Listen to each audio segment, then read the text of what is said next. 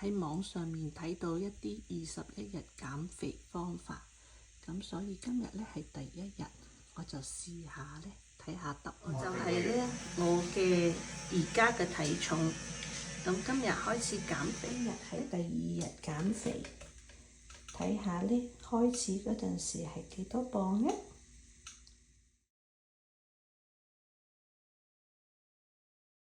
今日進入到第3日嘅減肥，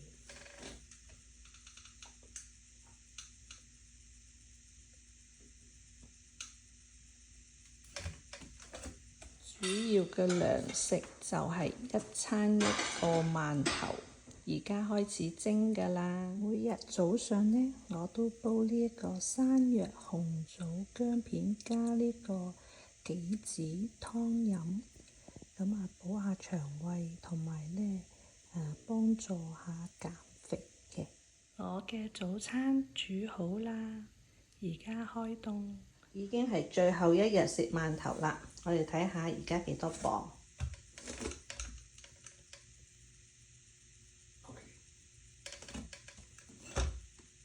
各位，今日係最後1日食饅頭嘅早餐。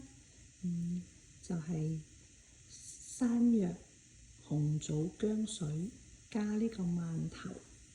咁下晝呢，我會再影下我食乜嘢啦，俾大家睇下今日饅頭餐嘅最後1日嘅 lunch， 一定係有饅頭嘅。